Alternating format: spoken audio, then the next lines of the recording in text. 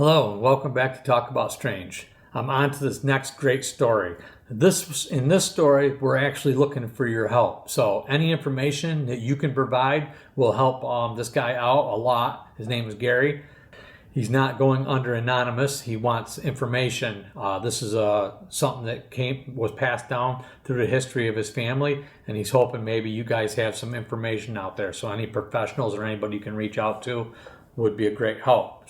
We have a new graphic up on the shirts and sweatshirts at the store if you want to check them out. If you sent a story in, I shared my story on Talk About Strange with the logo, so it's really cool. If you shared your story on here and you want to get a t-shirt or a sweatshirt to say so, go on the store and get that. Don't forget about the membership. If you join that membership, you can save 10% off here for my early members. So you get 10% off. That'll cover your membership fee. So that's a great bonus. And we got a lot more to come with that. So get that membership. Get your t-shirt, your sweatshirt. We should have cups up here soon. I know there's cups, but I don't know if we have that one yet. But we're working on it. Let's get on with this phenomenal story. You guys are going to enjoy this. All right. I wrote this story about 20 years ago. My uncle passed away in 2007. My father passed away May 31st, 2022 at the age of 85.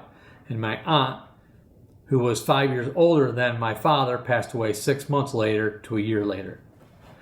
I left the story below as I wrote it 20 years ago when my father and my siblings were still alive. And his siblings were still alive. Understand this story will be almost beyond belief. While I'm not asking anyone to believe my family story, I'm not even sure what to think about it myself. But I'm asking for contact information from relatives of George or anyone in the Chattanooga, Tennessee, Ridge Gold, Georgia area who may have heard the story, so I might possibly verify or disprove the story.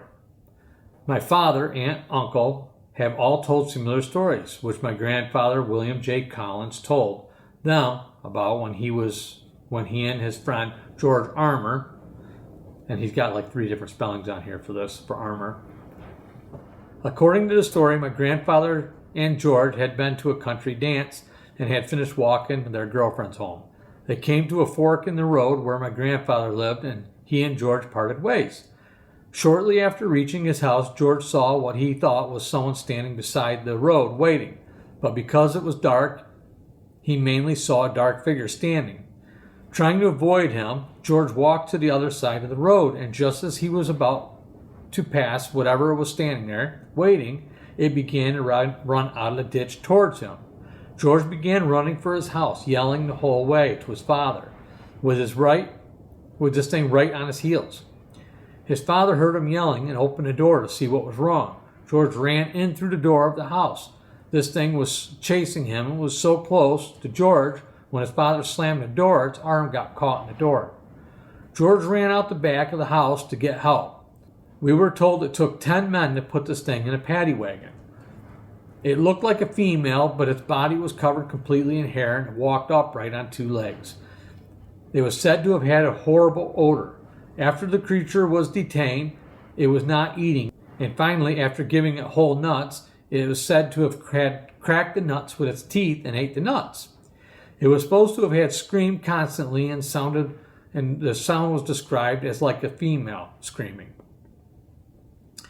My grandfather always thought it was probably a freak of nature that had escaped from the circus. My grandfather never knew what became of the creature. He died in 1964, a few months after I was born, before the Bigfoot craze of the 1970s began.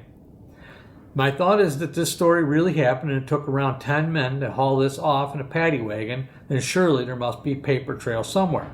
I would think somebody would have had to written it in a newspaper. Here are the facts I have to work with. My grandfather was born in 1894 and was married in 1912.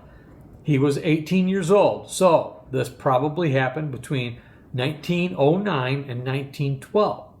But we don't know the exact year. My grandfather lived close to Ridge Gold Road. I called my aunt this evening to confirm the information I had not included in my article 4 years ago. She said if you were leaving Tennessee on Ridge Gold Road, I think you might be on Highway 41. Once you were in Georgia, the first road on the right was the road he lived off. She also said the road to go to his house was approximately a half mile from the Tennessee line, but was in Georgia. My grandfather went to school in Chattanooga, Tennessee, but the kids from the farm next to his went to school in Ridgegold, Georgia. Something I noticed after talking to my father, aunt, and uncle about the creature is, although they all tell the same basic story, not all the details are the same. My father's version says they were walking home from a country dance. My aunt says, no, they were walking home from church. My father says George came upon the creature on a bridge, which was lit by lamps, but my aunt insisted he stumbled on the side of the road in a ditch. Only my aunt and uncle knew the name of my grandfather's friend was George Armour. My father knew nothing about cracking the nuts open with its teeth, but both my aunt and my uncle said that the creature did. Growing up as kids, we always referred to this as the Wild Woman. My father tells that this thing was female, while my aunt says its sex was never known, but was called Wild Woman because of the way it screamed. My father, who was the baby of the family, knew nothing about the creature having a horrible odor, but both my aunt and my uncle were told it stunk. Another detail I did not put into the above story is that George's father was supposed to have been a wrestler. One question I have is, would this creature have been taken? Where would this creature have been taken? Would it have been in Chattanooga or Ridgegold? Would someone have filled out a police report or written an article for the newspaper?